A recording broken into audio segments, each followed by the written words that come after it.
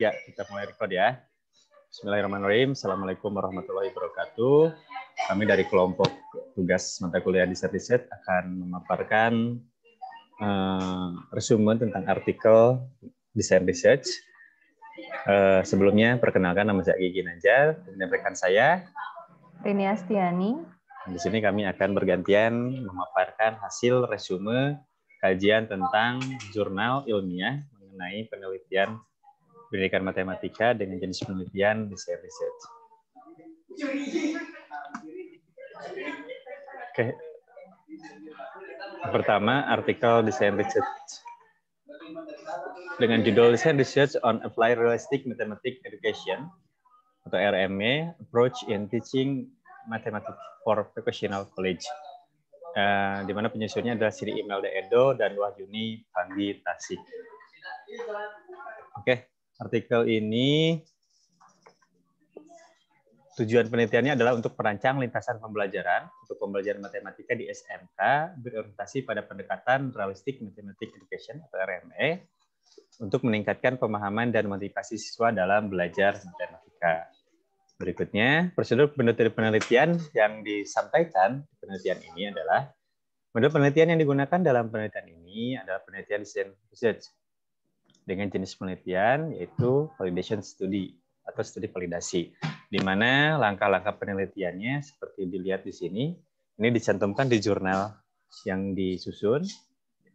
Ada preliminary design atau studi pendahuluan, kemudian ada experimental design, di mana ada dua tahap experimental design yaitu preliminary experiment dan teaching experiment. Nah, di sini tujuannya untuk mendesain dan kemudian untuk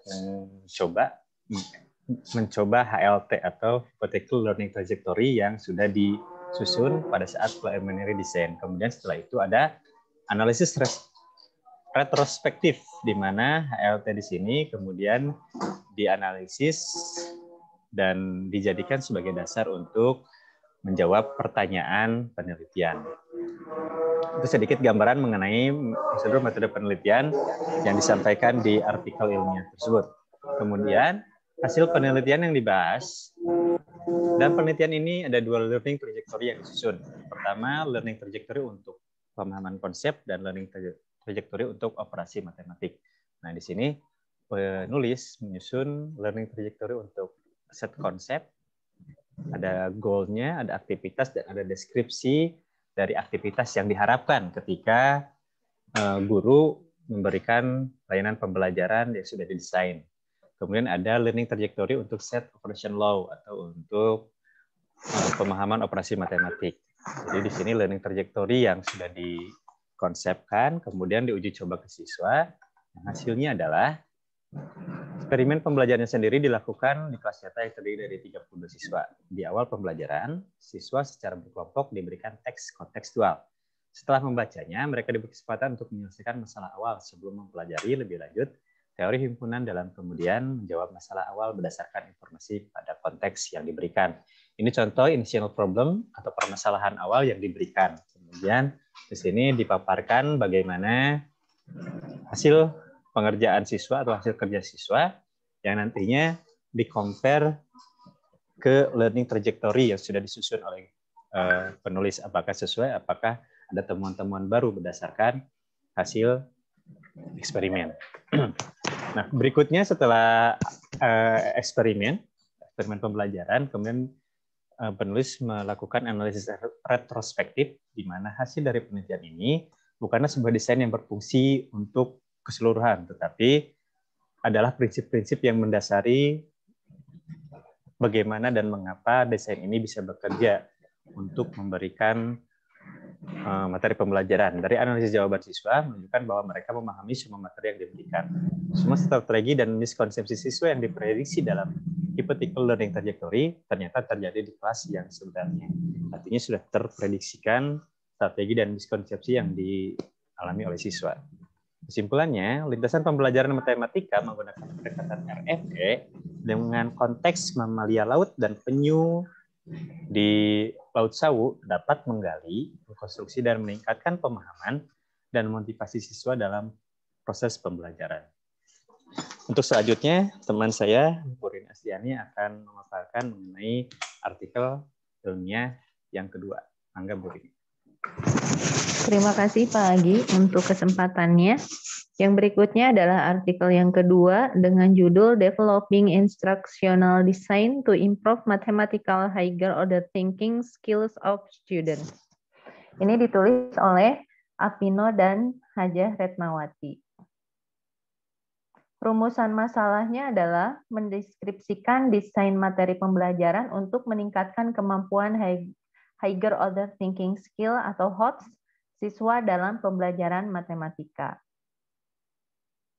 Prosedur yang digunakan pada penelitian ini adalah menggunakan pendekatan design research yang bertujuan untuk merancang dan mengembangkan suatu intervensi seperti program, strategi, dan bahan belajar mengajar, produk, dan sistem sebagai solusi untuk masalah pendidikan yang kompleks serta untuk memajukan pengetahuan kita tentang karakteristik intervensi tersebut dan proses untuk merancang dan mengembangkannya, atau sebagai alternatif untuk merancang dan mengembangkan intervensi pembelajaran. Subjek penelitian melibatkan guru dan siswa kelas 10 MIPA 1 MAN Yogyakarta 3. Ini lokasinya di daerah istimewa Yogyakarta, Indonesia. Proses pengumpulan data dilakukan melalui Focus Group Discussion atau FGD, uji coba desain pembelajaran, dan tes. Hasil penelitian yang diperoleh adalah sebelum desain pembelajaran diterapkan di kelas, siswa diberikan pretest yang bertujuan untuk mengidentifikasi awal HOT siswa.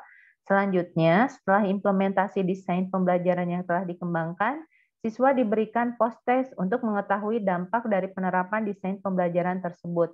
Di sini ada diagram batang yang menjelaskan hasil penelitian tersebut. Ada hasil pretest, ada juga hasil post-test.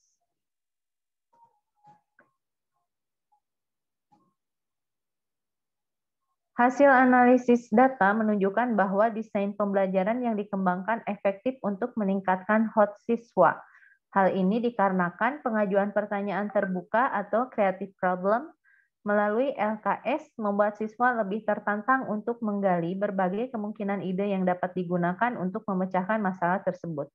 Faktor lain yang menyebabkan HOT siswa meningkat adalah adanya kegiatan pembelajaran yang bermakna, di mana siswa terlibat aktif dalam proses diskusi untuk mengkonstruksi pengetahuan dan memanfaatkan berbagai sumber yang relevan untuk menggali pengetahuan yang diinginkan. Kesimpulan yang diperoleh adalah, berdasarkan hasil dan pembahasan, dapat disimpulkan bahwa bahan ajar HOT dalam mengembangkan kemampuan siswa dalam menganalisis, mengevaluasi, dan berkreasi, sehingga siswa memiliki daya kritis dan kreativitas yang dapat digunakan untuk memecahkan masalah dalam kehidupan sehari-hari. Demikian Pak Agi, terima kasih. Sama-sama demikian pemaparan dari kami mengenai artikel ilmiah tentang dengan jenis penelitian desain research. Mohon maaf kalau masih banyak kekurangan. Terima kasih atas perhatiannya. Assalamualaikum warahmatullahi wabarakatuh. Assalamualaikum warahmatullahi wabarakatuh.